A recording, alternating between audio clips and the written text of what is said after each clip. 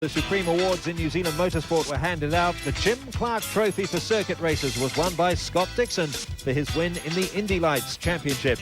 In rallying, the Rally Founders Trophy went to Possum Bourne, the Asia-Pacific champion and Australian Rally Championship winner. The Lup Trophy for classic and historic car races was won by Alan Curry of Hamilton. And the Steel Trophy for under-21 circuit races was taken up by James Cressy, who won the Formula Ford Championship in the Summer Series. And now on Shell Helix Motorsport, the first round of the National Rally Championship, the Otago Rally. For the first time in many years, all points will count. In recent years, drivers have been able to drop their worst result. Only 5 rounds, so a good start in the Otago Rally is crucial to championship hopes.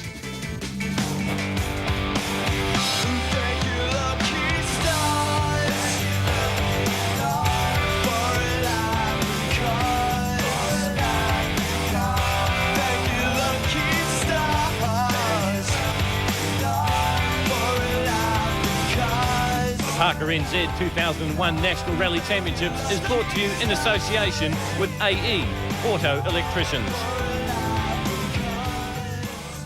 It wasn't the swirl of the pipes that would wake the people of Dunedin, the Edinburgh of the South.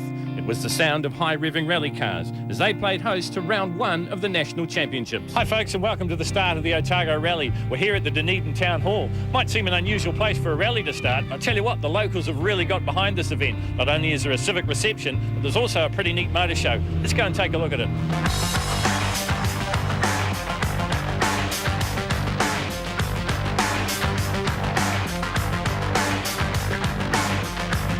The Otago event is run as a 2-leg format. Leg 1 sees the cars head north to Oamaru for 3 stages, including the infamous Dancy's Pass. Leg 2 heads south for another 7 challenging tests. Last year's national champion Bruce Herbert had struck problems with his new Subaru with the lack of homologation papers. No papers meant that he would be a doubtful starter. They could start the rally at the back of the field but be ineligible for points. Making its worldwide competition debut was the Mitsubishi Lancer Evo 7 of Jeff Argyle and Steve Smith. First on the road and 6th equal through 1. Defending Group N champion Chris West was another caught out by the paper wall with his new car. He used last year's Mitsubishi to finish 2nd in 1 with a 13.25 pass. Todd Borden and Crunch Bennett were back in their newly painted Evo. The Marley car sharing 6th quickest through 1 with Argyle and Brian Green.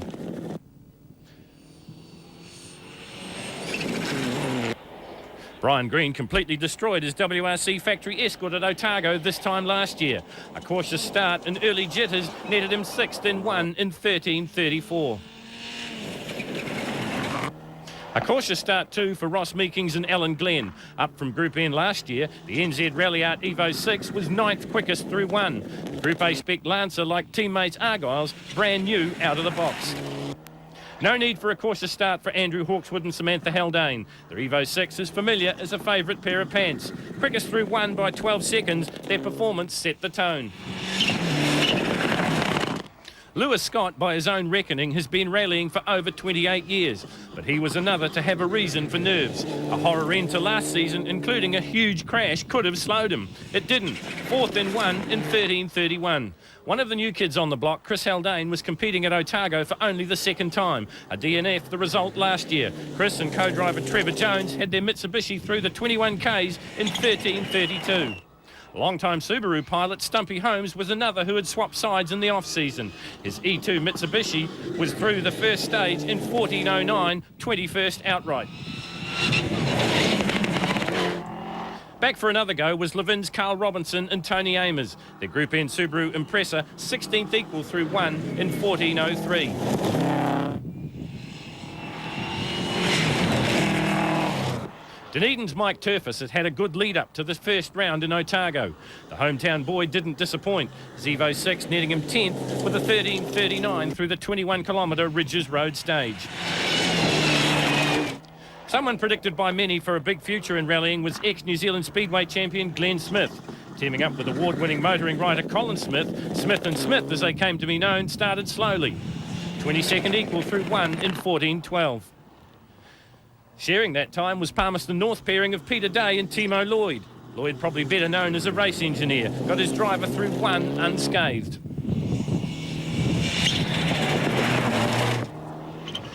Near neighbour of Day and Lloyd were fellow Manawatu men Wayne Parker and Brendan Mackay. The Evo 5 Mitsubishi carrying them over the crests and flowing roads of Stage 1 in 13th, the same as their number. Car number 14 was the father-daughter combination of Ian and Cheryl Easton. More members of the Manawatu stranglehold on rallying in New Zealand. Easton, a past sprint car champion, went through one listening to his daughter's call in 14:07, 20th quickest. Christchurch's Jeff Judd has more rally cars in his garage than most people have in a lifetime. The Subaru, the second of his cars at Otago. British racing champion Russell Brooks using his BDA Escort in the classic section. Another combination that has a new car in the wings, again just waiting for the paperwork, was the Waikato pairing of Cameron Bates and Laurie Brensel. Back in the car campaign 2 seasons ago, they were 16th equal, with Carl Robinson in 14:03. Proving that women don't just make great co-drivers was Deborah Kibble, who, along with husband Jamie, battled a misfire in their Caltex Haviline Evo 6 to still finish 18th in 1. So after stage 1, it is Andrew Hawkswood leading the rally from Lewis Scott, whilst in Group N, it is Chris West from Robinson and Kibble. I was very nervous this morning, but once you get going, you're away, just awesome, If it wasn't for Maori Products New Zealand and my sponsors, I wouldn't be here, so, all the nerves are gone and thoughts are gone to them, so all were okay. Car feels quite happy, and once we get it all sorted out, it's really going to do the job. We're happy, we're going pretty right, our times are right up there, so can't be happier than that. Just gel into these notes and carry on. Stage 3 of the rally saw the field venture further into the hills for the infamous Danzies Pass, the longest stage in the 2-day event. We're on board here with Ross Meekings. 120, then we have a crest of 200 with a 6 left closing to 5 plus. Crest of 200, then a 6 left closing to 5 plus. 6 left. It was business as usual for Chris West, now second overall and comfortably leading Group N. The Timaru native, along with Chris Cobham, was quickest through Dances, the 29-kilometre journey taking just 20 minutes and 12 seconds. Leading overall going into 3 was the Auckland Airport Company Mitsubishi Evo 6 of Andrew Hawkswood. Fastest through 1 and 2, a small moment cost him in 3. Fourth quickest, 8 seconds down on West. Only 11th quickest in 2, Cameron Bates turned on the afterburners on Dances. His 20:34 for 5th, all for nothing. A broken drive shaft in 4, undoing all his good works. Another finding the combinations of the tight and twisting opening Ks and the fast-flowing finishing stretch to his liking was veteran Lewis Scott. 6th quickest in 3 and having a battle royal with fellow veteran Ross Meekings. Auckland's Austin Jones was another surprise on Dancy's Pass. His 20:37 good enough for 7th. His charge will be halted by stage 5, putting him out for good. For Brian Green and Jane Mackay, getting this far in Otago was a bonus. With memories of the crash from last year behind them, they recorded the 8th fastest time in their newly rebuilt ex-Juha Kankinen Escort. So fastest through Dances was Ross Meekings, but it's still Andrew Hawkswood that leads the rally from Chris West.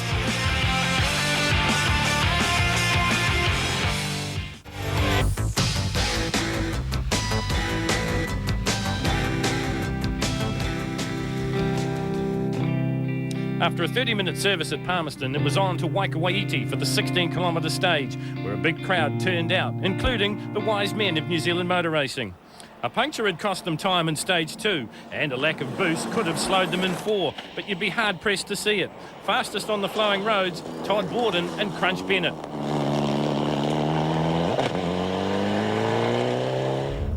The Otago Rally has something for everyone, tight and twisty or flowing and cresty, as we see here from Borden and Bennett. The road surfaces too, some of the best in the country.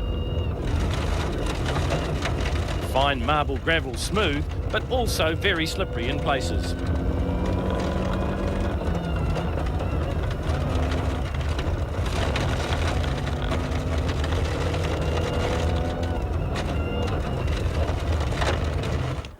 With Argyle stopped in the stage, the order at the top was thinning out. Chris West third on the road, second in the rally and stage, even after hitting a bank and a half spin.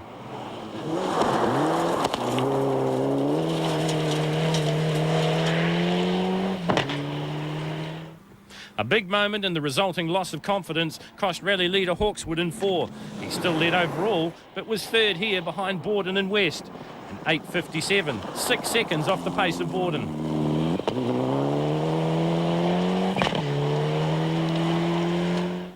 Fifth and 4 was the Bartercard Evo 5 of Lewis Scott and Jane Black.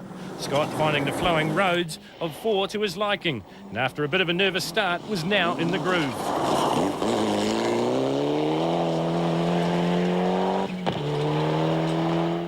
Keeping his fellow greybeard honest was Ross Meekings in his 20th year of rallying. His brand new Group A Mitsubishi Evo 6 was just the new lease of life he ordered.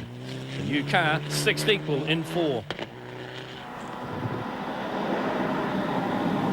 A subtle change to the car's balance at the Palmerston Service Park, doing wonders for both the car's handling and Brian's confidence.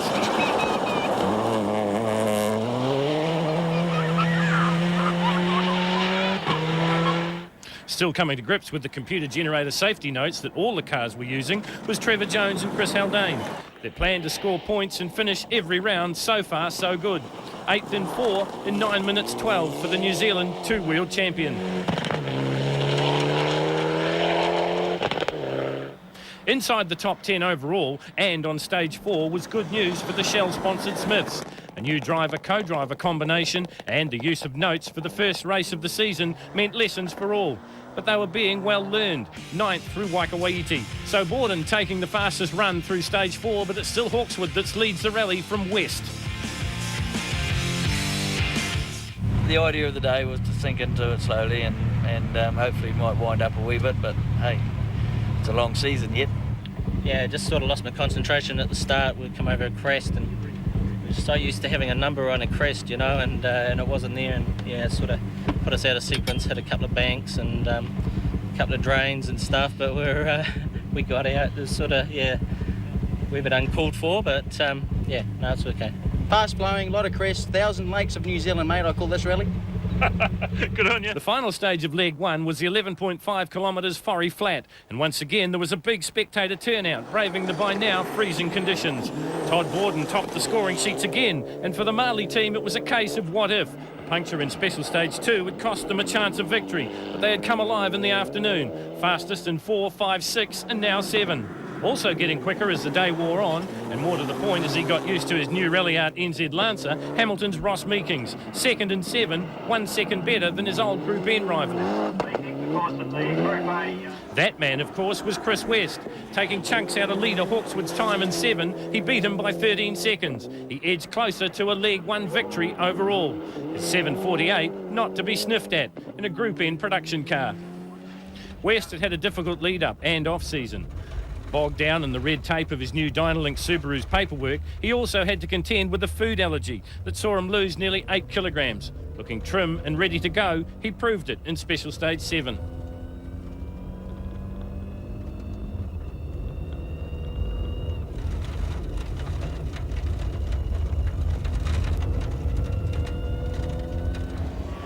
Brian Green and Jane Mackay were 4th on the 11.5 kilometre Forry Flat stage. They're 7.53, third quickest of the Group A runners, and enough to keep them solidly in the top 10 overall.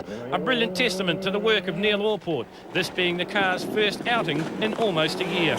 Brilliant work too for Chris Haldane, still new to the sport, his 6th quickest time matching that of defending national champion Bruce Herbert, who was starting at the back of the field on swept roads. Still forging on, the Wellingtonian pairing of Lewis Scott and Jane Black. 2 seconds behind Haldane and Herbert on the stage, ahead of them overall. Still locked in a battle with Meekings for 3rd. A gearbox problem that plagued the Hawkeswood Mitsubishi had got much worse, and it was a case of nursing the car through to the end of the day's 90-minute service. Ahead for the crew, a gearbox change and a race against time. Also racing timed, but for different reasons, Cameron Bates and Laurie Brentzel in their PPG Subaru. 11th through Forry Flat, just 1 second and 2 places back from Hawkeswood.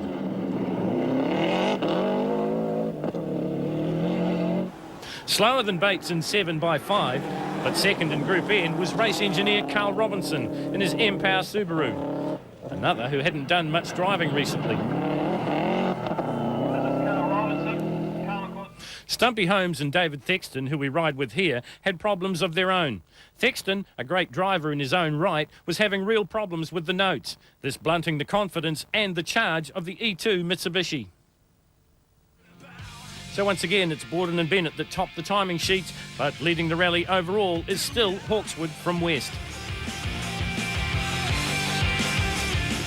End of leg one of the Otago Rally, but disappointment for Jeff Argyle and his team. They were making the world debut of the Mitsubishi Evo 7, but unfortunately some teething problems have put them out of the results. They'll work hard tonight, long into the night possibly, and they'll be back tomorrow. You can join more action from the Otago Rally right after this break.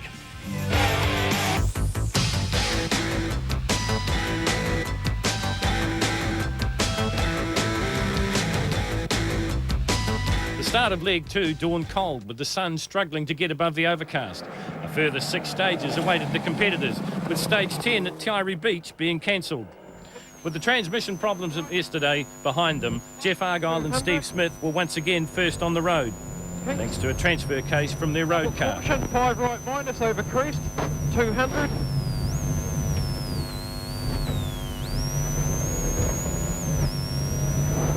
To a caution 4 left. 30 to a 5 right minus. The caution crest 30 to a 4 left in junction. Don't go wide, sorry. 100. 6 left. 120. Next on the road was Todd Borden and Ray Bennett. Easing into their morning's work, they were 10th fastest through 8, the 25-kilometre McLaren Gully Road. Chris West was again the fastest in Group N on 8, only beaten by 2 Group A cars. West and his co-driver had adapted well to the safety notes after an OS season away, and on this stage, if you trusted the notes, you had to be fast. With the right setup, the escort of Brian Green and Jane Mackay is fast anywhere, and that was the case in 8. The crests and fast-flowing roads and the bare gravel, a joy to drive for the man from Palmerston North. Meekings had used day one to dial into his new Rally Art NZ Mitsubishi, and on a road he remembered fondly from last year, really let rip. The Group A car, although still using Group N brakes, was second quickest. A troubled gearbox change saw Hawkeswood racing under a cloud. They hadn't got to Parc Ferme in time and now faced a hearing after the racing to decide their fate. He was still good in 8. Also good was Lewis Scott and Jane Black in their Bartercard Mitsubishi.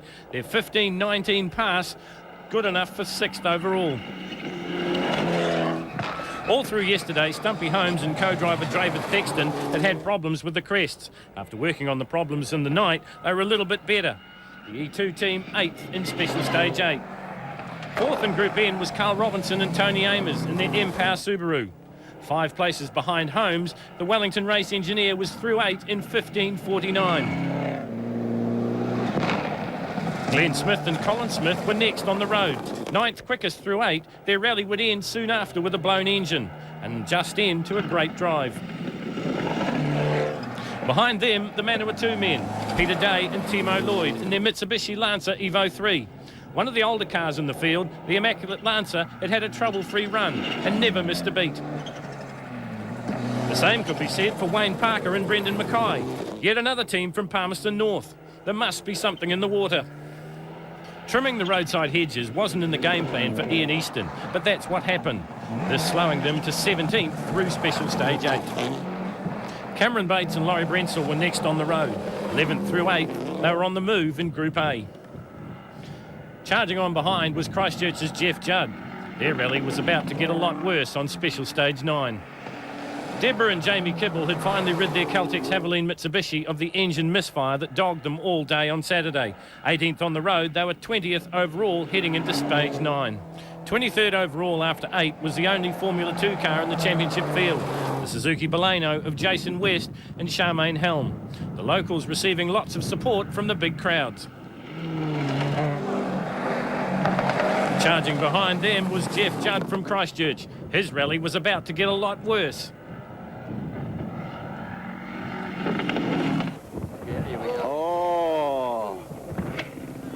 Joe's corner had caught another one.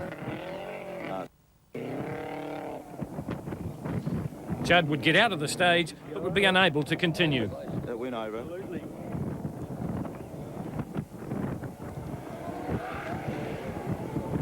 Was it Juddy? Yeah. The results after Special Stage 8 sees Andrew Hawkeswood at the top of the field from Ross Meekings, whilst in Group N it's West, Holmes and Robinson. Good. First one was good. We did a good time through there, so I'm not sure about this one yet. Yeah, a bit of familiar territory for us. It's actually two not so much favourites, but certainly done them a few times, enjoyed them, and I think we were second quickest in the first one. So we got a bit of ground to catch up. Yeah, that first one this morning, Callan's Gully, that was hard work. Very mixed, quite slippery in some parts, then opened up quite wide and fast, but lots of crests, and we want to get through the day, so I was sort of on the brake a bit too much, but that one was good. Much better.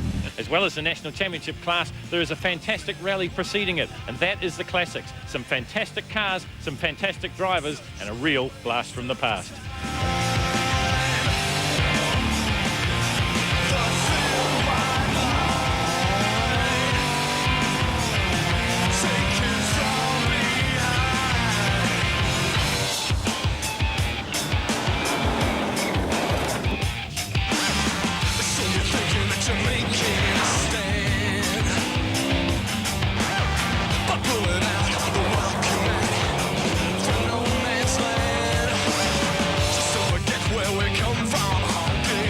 It's great to see the classic cars, and one thing I must say, at this stage of the game, with 34 odd cars and everybody still on the road, I reckon it's a credit to the guys that are punting these things. You know, it's a great effort.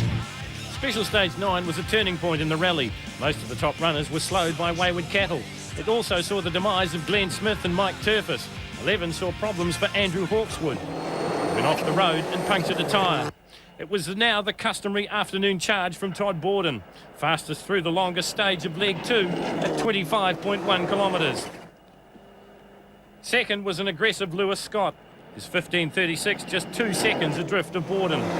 Next was Ross Meekings and Alan Glenn. We ride with them here. In a gate, 7 right minus, small crest 150, then 4 right plus. There's a 4 right plus here, into 6 left, into 6 left.